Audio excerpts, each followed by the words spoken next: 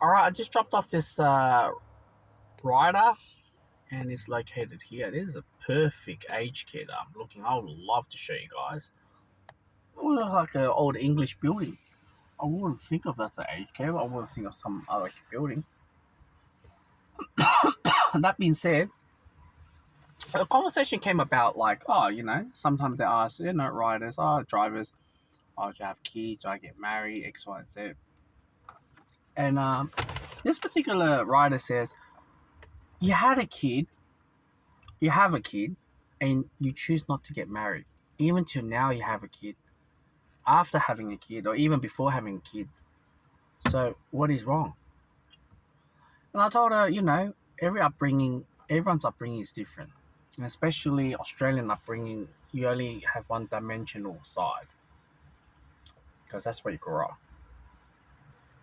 Another one is basically you grew up in whatever the spouse grew up, they have different upbringing. I told her I grew up in dysfunctional family. I saw my father got annihilated by. Oh, well, my mother's divorce, it wasn't that crazy, but the second one, de facto divorce, was brutal. And you see that, trauma, I guess. And also told her that my upbringing is my father is coming from the most patriarchal city in China, and where my partner's from is the most matriarchal background. We clashed. And the moral of the video, if you made it this far, is that I don't encourage everyone to get married. Not because the value is everything.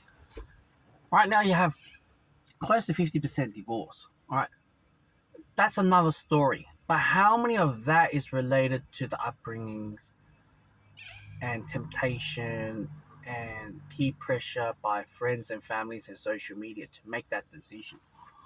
That's irrelevant, you know. In that's inevitable. Sorry, inevitable.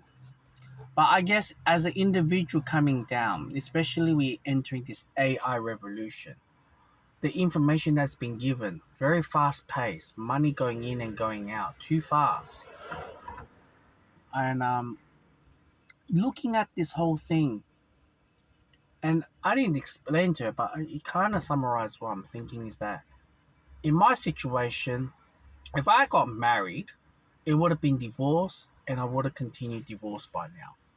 I would have lost my ass. Whether we lose our asset, that's a different story, all right?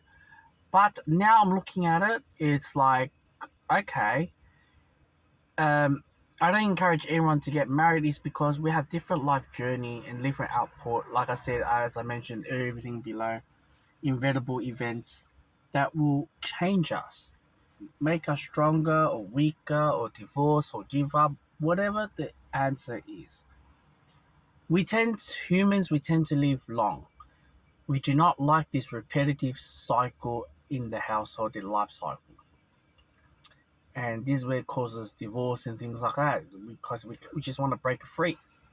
But the main goal, you see, the great great our ancestors married to their death, is they kept that motto. But obviously, we can't keep that because we have social media's AI. You name the whole thing. It's just everything can muddle our goal and dreams. Those who are married to the end may have a boring life, sexless life, but they have assets been paid off. Those have been divorced, whether their assets been paid off or in process of paying off, or no assets at all. So you got them as well. And when you think about marriage, I told that particular writer, I'm like, eventually all of us is gonna get divorced. Alright? The best divorce is the one that you passed away. Alright, because you actually live with the person till they die. That's the murder marriage vows you go through, regardless what religion you're in. We live in a very dysfunctional, we been learned and taught by the media X, Y, and Z. It's a very, very toxic world that we're in. And they are not blamed for it. So that's what I said, and it's, coming across with that conversation, it made me realize that, you know what, I don't believe everyone should get married. And even if you do get married at a young age, obviously you're still young and dumb, and that adulthood journey, like I'm still going through this adulthood journey, even though I'm 36 years old, going through this adulthood journey and going through it, it made me realize how, what a world, you know?